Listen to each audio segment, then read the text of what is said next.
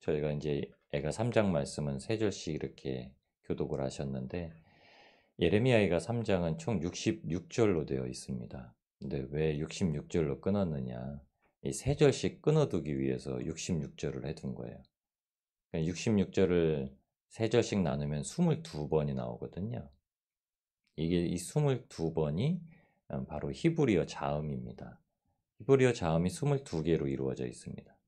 그러니까 이게 22개를 통하여서 3절씩 하고자 하는 말들을 전해 놓은 거예요. 시편 119편 아시죠? 시편 119편은 176절로 이루어져 있습니다.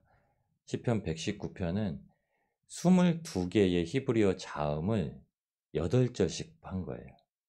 그러니까 8절씩 끊어서 시편은 119편을 읽으시는 겁니다. 8절씩 단락이 구번지어서 그러니까 8절씩 읽으시면은 시편 119편은 읽어 나가실 수가 있는 거죠. 히브리어 자음도 상형 문자와 같이 하나하나 뜻을 가지고 있습니다. 지금 사용하고 있는 현대어가 아니라 고대어 히브리어의 자음처럼 형성되어 있는 겁니다. 오늘은 그 첫 번째 6가지를 통해서 우리에게 말씀해 주시는 거예요. 이 6가지 자음에 대한 말씀을 요약하면 그냥 이렇게 읽으실 수 있습니다. 3절씩 요약한 말씀이 이거예요.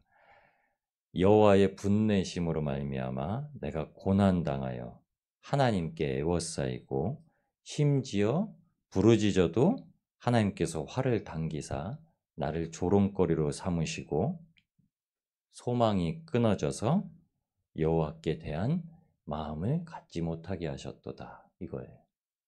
그러니까 하나님께서 길을 막으셨더니 내가 하나님에 대한 평강과 소망을 누리고 살지 못하였다 이겁니다. 네, 예레미야가 이제 3장에는 그걸 이렇게 표현하는 겁니다. 2장에는 하나님의 성전, 여호와의 성전을 통해서 이제 여성으로서 의인화했는데 이제 지금은 이 애통하는 마음을 갖고 있는 게 누구냐면요. 이제 남자가 시작하는 거예요. 남자가. 그러니까 왜 그러냐면 히브리어의 첫 번째 단어는 알레프라는 단어입니다. 자음이죠. 알레프의 단어의 뜻은 하나님은 처음과 나중이요. 시작과 끝이요. 이렇게 하시잖아요. 처음이라는 말은 우두머리라는 뜻이죠. 우두머리. 소의 머리입니다. 소의 머리. 그 우두는 소의 머리죠. 우두죠. 소 머리를 형상한 겁니다. 그래서 출애굽기에서 소의 형상으로 제사를 드렸잖아요. 그게 뜻하는 바가 있습니다. 하나님께서 우상을 삼았는데 하필이면 이스라엘 백성들이 소의 모습을 형상을 삼았다는 건요. 소를 우두머리 삼았다는 거예요. 자기들의 하나님의 우두머리 삼지 아니하고. 오늘 첫 자로 이렇게 얘기하는 게 남자 그러니까 하나님 앞에 서야 되는 첫 자녀로서 장자로서 처음 부른 자, 처음 된 자, 그로서 내가 하나님 앞에 고난 당한다 이겁니다. 그래서 내가 고난 당한 자로다. 이 뜻이 이제 첫 자음으로 시작하는 거예요. 근데 원래 여기는 여호와의 분노로 고난 당한다라고 하지만요, 내가 그로 말미암아 고난 당한다. 그거 누구죠? 이제 2장에서 계속 보여주신 거죠. 성전, 여자로 의인화된 그 성전의 신랑 되신 유일하신 하나님. 여호와 이제 성전의 유일한 주인 되신 하나님. 그분으로 말미암아 내가 지금 고난 당한다. 그분으로 말미암아. 그럼 이 말씀은요 깨달아서 이제 말씀을 하나님 앞에 고백을 하는 거죠. 여러분 인생의 고난은 우리가 늘 고백하는 겁니다. 인생의 고난은요 사탄이 주고 귀신이 주고 시험이 오는 것이 아니라 하나님께 허락이 되어진 것이다. 그래서 우리가 이것을 알고 인생을 살아가기 시작하면요 고난이 되지 아니하고 역경이 되지 아니하죠. 그것은 반드시 한 과정 중에 있는 거죠. 베드로가 하나님은 예수님께 요청을 하잖아요. 무리를 걸어오시는 예수님께 요청을 하죠. 주님, 저를 주님께서 명하시면 제가 이제 바다 위로 걸어가겠습니다. 주님만 똑바로 보고 가면 되는데요. 풍랑이 일매, 바람이 부는 것을 베드로가 보고 빠져들어갔다라고 얘기해요. 세상에 눈길을 돌리자 빠져들어갔다고 얘기를 합니다. 우리가 세상 가운데서 모든 시험에 빠지게 되는 거, 역경에 빠지게 되는 건요. 우리가 가지고 있는 육신의 것들이 세상으로 향하기 때문에 누구한테 고난을 받냐면요. 하나님께 고난을 받는 겁니다. 왜냐하면 하나님은 돌이키시도록. 하나님이 고통을 주시는 분이신가 우리가 얘기하자면 아닙니다. 하나님은 돌이키게 하시는 분입니다. 그래서 하나님은 우리가 신실하신 분, 공평하신 분, 공의와 정의로 행하시는 분. 우리한테만 그러시는 게 아니라 인생 똑같은 사람들에게 다 그렇게 하십니다. 근데 특별히 하나님께서 부르신 자들에게는 인생에 개입을 하시죠. 부르시지 않은 자들은 뭐 잘 살기도 하고 못 살기도 하고 나쁜 짓을 해도 잘 살고 뭐 착한 일을 해도 못 살고 이게 부름 안 받은 자녀들의 행동이에요. 일입니다. 근데 부름 받은 자녀들은요. 나쁜 짓을 하면 못 살아요. 부름 받은 자녀는 나쁜 짓을 하면 못 삽니다. 인생 자체가 못 살아요. 물질로도 못 살고 환경으로도 못 살고 부름 받은 자녀들은 그렇게 못 살아요. 근데 부름 받은 자녀들은 그러면 잘 사느냐? 네, 잘 삽니다. 상황과 형편없이 만족하고 즐거워하고 기뻐하고 손을 펼 줄 알고 삽니다. 그래서 달라요. 이 과정 중에 보여주시는 건 끝을 보여주시는 거죠. 그 결과를 소망하고 살기 때문에 보여주시는 거죠. 인생이 이 땅에서 마침이 된다라는 걸 생각하고 있기 때문에 보여주시는 게 아닙니다. 그래서 그 고백을 맨 마지막에 가면 하죠. 내가 주님으로부터 주님께 받아야 되는 평강을 받지 못해서 내 소망이 여호와께로부터 끊어졌다. 그 복을 내가 받지 못했다라는 거죠. 그 샬롬과 그 복을 받지 못했다고. 그래서 18절에는 소망이 여호와께 대한 소망이 끊어져 버렸다. 이렇게 얘기를 합니다. 오늘 6절에 대해서 그냥 이 3절씩 구분하시면서 이렇게 기억을 하시면 됩니다. 첫 번째는 내가 고난을 받은 나는 고난당한 자다. 1절에 나는 고난당한 자다. 그게 알레프예요. 그러니까 우두머리 하나님 앞에 먼저 서야 되는 자인에도 불구하고 그러지 못해서 내가 고난당했다. 그리고 두 번째 4절에서 6절까지 말씀하시는 게 알레프 다음에 두 번째로 쓰이는 히브리어 단어가 베트라는 단어입니다. 베트는 집이에요. 집. 벳엘 하면은 원래는 베트엘이죠. 하나님의 집입니다. 벳엘은. 하나님의 집 앞에 집 안에서 뭐라고 하셨냐면 4절에서 6절까지 말씀이죠. 살과 가죽을 쇠하게 하시고 뼈들을 꺾으시고 나를 애우시고 나를 어둠 속에 살게 하시고 하나님께서 나를 빛 가운데 살게 하셔야 되는데 하나님께서 나에게 그 길을 막으셨더니 내 불순종으로 하나님 앞에 죄악을 범함으로 막았더니 어디에 살게 하시냐면 무덤 속에 살게 하신다는 거예요. 그러니까 죽은 지 오랜 자같이 되었다. 고난당하는 자가 나고 무덤에 장사된 자가 나고 두 번째가 이제 무덤을 집으로 사는 자가 되었다라고 하는 겁니다. 그러니까 왜 이렇게 하냐면 여러분 저희 가나다라마 바사 다 아시잖아요. 히브리어를 순서대로 아는 히브리인들에게 중요한 그 약자를 통해서 기억하라는 거죠. 예레미야 애가는 명절에 부르는 시라고도 말씀을 드렸잖아요. 그럼 그때 무엇을 기억하냐? 왜 이스라엘이 망했고, 왜 성전이 무너졌고, 왜 우리가 애통함을 지니고 살 수밖에 없었는지, 그건 우리가 하나님한테서 멀어져 버렸기 때문이다. 그래서 이제 기억하라고 하는 거예요. 순서대로 기억하라고 하는 거예요. 근데 우리가 무덤을 집으로 삼았다. 고난당하는 게 나다. 내가 하나님을 떠났더니 내가 무덤을 집으로 거니고 살았다. 그럼 하나님을 모시면요. 빛을 집으로 거니고 사는 거죠. 천국을 집으로 거니고 사는 거죠. 그리고 7절에서 9절까지의 말씀. 나를 둘러싸서 나가지 못하게 하시고 이 세 번째가 원래는 히브리어로는 김멜이라는 단어입니다. 김멜은 순종을 뜻하고 낙타무릎이라고 하죠.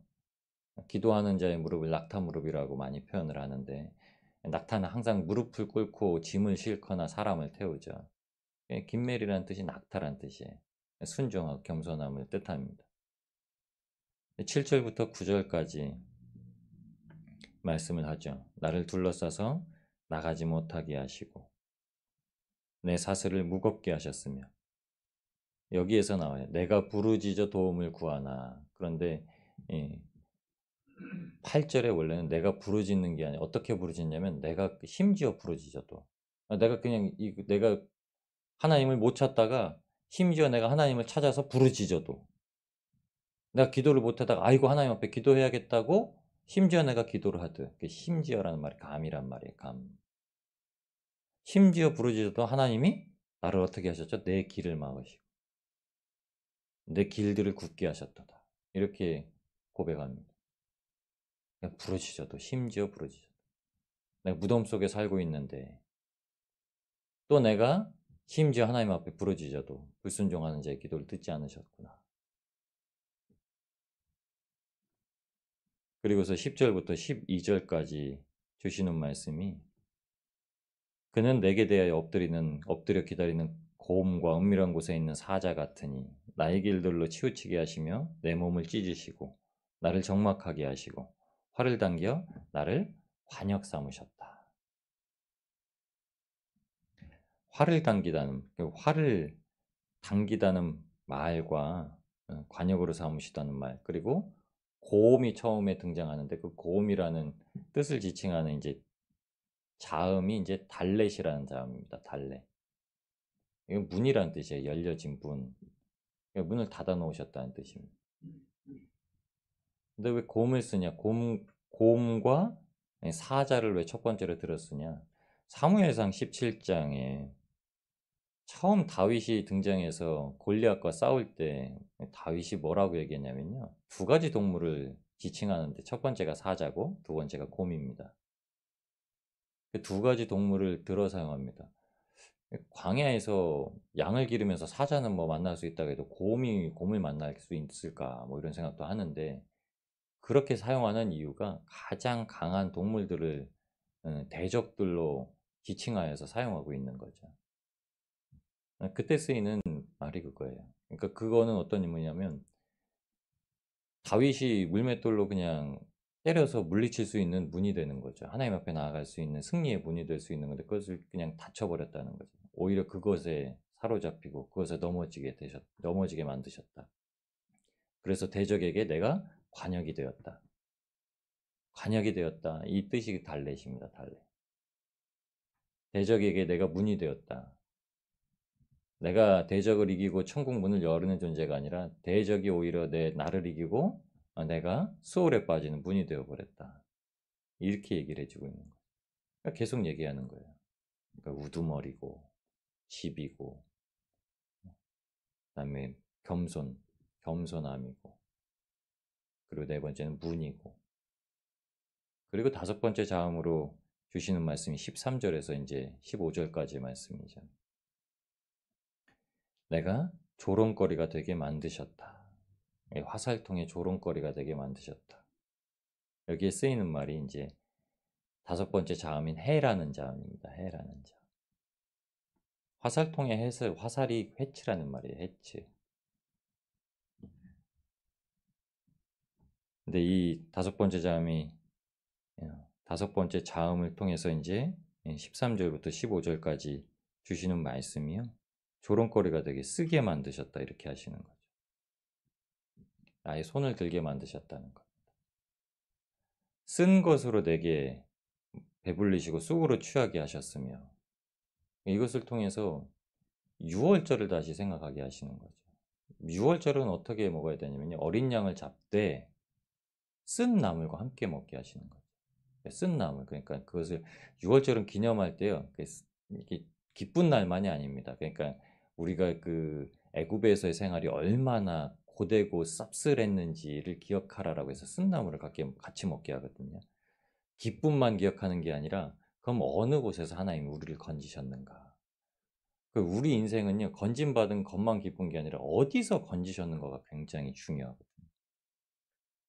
제가 하나님 앞에 참 감사하는 건 제가 그냥 아무것도 그냥 고난이 없던 평범한 삶에서 구원하심으로 건지셨기 때문에 감사한 게 아닙니다. 저와 여러분이 다 경험하고 오신 것들이 있어요. 지금 돌아보면 참 부끄럽고 말도 못할 것들로 가지고 살다가 주님께서 구원하셨는데 우리가 그렇게 살던 존재인 것을 잊어버리고 그냥 주님 앞에 언제 우리가 그냥 거룩하게 살았던 사람처럼 그냥 그렇게 되어버렸다는 거죠. 하나님께서 그렇게 말씀하실 때 예수님께서 이렇게 말씀하셨죠. 화 있을진저 외식하는 서기관들이여 너희는 회칠한 무덤이다. 그 속에는 겉으로는 아름답게 보이나 그 속에는 죽은 뼈들로 가득하도다. 이렇게 예수님께서 말씀하신 겁니다. 우리는 속사람이 겉사람이 돼야 되고 우리 겉사람은 우리 속에 있는 게 증거돼야 되거든요. 우리의 입으로 나오는 것은 우리 속에 있는 것을 낸다라고 하셨죠. 사람이 입으로 들어가는 것은 배설물이 될 거고 사람의 입으로 나오는 것은 우리 속에 있는 것이 나온다. 예수님께서 이렇게 말씀하셨던 이유가 그거죠. 우리는요 구원받은 감격대로 행하고 살 수 있는 겁니다. 사람들은 속일 수 있어요. 우리가 신앙생활 잘하는 것처럼 착한 사람처럼 복음 들고 사는 사람처럼 사람들한테는 속일 수 있어요. 그런데 하나님은 절대 못 속인다는 겁니다. 하나님은 절대 못 속이니까는 세상 가운데 언젠가 조롱거리 된다는 외인들이 뭐라고 조롱하냐면요. 저 성 무너질 때 저렇게 하나님 불순종하더니 하나님께서 말씀하신 대로 무너졌구나. 무너졌구나. 이 조롱하는 말을 어제 저희가 보셨잖아요. 그래서 누구 때문에 애통하라고 했죠. 아직 꽃도 피워보지 못하는 그 어린 자녀들을 위해서 애통하라. 눈물을 흘려라. 부르짖어라. 손을 들고 기도하라. 이 말씀을 어제 주신 거잖아요. 하나님 앞에 율의 조롱거리 되었다. 그렇게 얘기하는 거죠. 관역 삼으셨다. 그리고 애통하는 이 저자의 마지막 여섯 번째, 마지막은 아니죠. 오늘 본문에서 여섯 번째가 이제 바브라는 자음인데요. 이건 못이라는 뜻입니다. 못 박았다는 뜻인데 그게 16절부터 18절까지 있는 말씀입니다. 조약들로 내 일을 꺾으시고 죄를 덮으시고 주께서 내 심령이 평강에서 멀리 떠나게 하시고 내가 복을 내어 버렸습니다. 스스로 이르길 나의 힘과 여호와께 대한 내 소망이 끊어졌다. 내 소망이 끊어졌다. 이는 생명을 뜻합니다. 이는 힘과 생명을 나타내요. 근데 하나님께서 이를 다 꺾어버리셨다는 거예요. 그래서 어떻게 우리 마음에 평강이 없어졌다는 겁니다. 우리 마음에 평강이 없어지면 복이 없는 거예요. 주님을 믿고 주님의 구원하심을 받아 사는데 어떤 일들로 인해서 우리 마음이 조급해지고 우리 마음이 불안해지고 우리 마음이 답답해지고 우리 마음에 욕심이 있고 평강이 없으면요 복이 없는 겁니다. 이 상태를 딱 예레미야가 화자의 입장에서 그냥 가장의 입장에서 남자의 입장에서 이렇게 표현하는 겁니다. 그러니까 내 소망이 여호와께 대한 내 소망이 다 끊어졌다. 하나님께 대한 하나님께서 나에게 무엇을 해주실 수 있는지에 대한 소망이 다 끊어졌다. 진짜 그렇더라고요. 우리가 마음이 낙담되어 살면요. 하나님께서 나에게 오늘 무슨 일을 하실까에 대한 소망이 없어요. 그냥 근심하고 사는 겁니다. 이게 이스라엘 백성들에게 주셨던 마음. 그러니까 이스라엘 백성들아 무엇을 해서 돌이켜라. 여기서 돌이키라는 겁니다. 여기서 돌이키라는 겁니다. 내가 고난당하는 자가 아니라 내가 주님 앞에 축복받은 자요. 내가 무덤을 집으로 사는 자가 아니라 내가 하나님의 나라를 집으로 사는 자요. 사방이 막히는 것이 아니라 사방에 길이 열려진 거예요. 대적에게 먹히는 것이 아니라 내가 대적을 이기고 나아가는 것이라. 세상에 조롱거리가 되고 쓴 것을 먹는 것이 아니라 이제 그 쓴 것을 통해서 하나님께서 나를 구원하신 것을 기념하면서 나아가는 것이라. 그 내가 하나님 앞에 그 복을 누리되 어떤 복이냐? 하나님께서 주시는 평강의 복, 샬롬의 복을 누려서 오히려 세상에 어떤 일에든 상관없이 하나님께 소망을 두고 사는 존재라. 한 가지로 뜻하면 이거죠. 우리에게는 오직 예수님밖에 안 계시다. 예수님만 붙들면 인생의 예수님을 통해서 모든 문제가 해결되고 인생을 하나님께서 약속하신 길, 그냥 하나님께서 원하시는 길로 인도하신다는 것을 믿고 살아가자라고 하는 겁니다. 여러분 우리의 소망이 딱 이겁니다. 우리의 소망이 딱 이거예요. 오직 예수님께서 걸어가신 그 길을 잘 걸어갈 때 여호수아에게 좌로도 우로도 치우치지 말고 하나님의 말씀, 하나님의 율법에 순종하여 살아라고 한 말씀은요. 원래 신명기부터 주신 말씀이에요. 그래서 신명기에 몇 번이나 언급을 하시고 신명기 28장 화복의 말씀을 주시는 장에도 좌로도 우로도 치우치지 말라. 무엇에서? 율법에서 하나님의 명령에서 하나님의 말씀에서 이렇게 얘기를 합니다. 우리에게 주신 건요. 절대 십자가의 길을 벗어나지 말고 사랑하라 이거죠.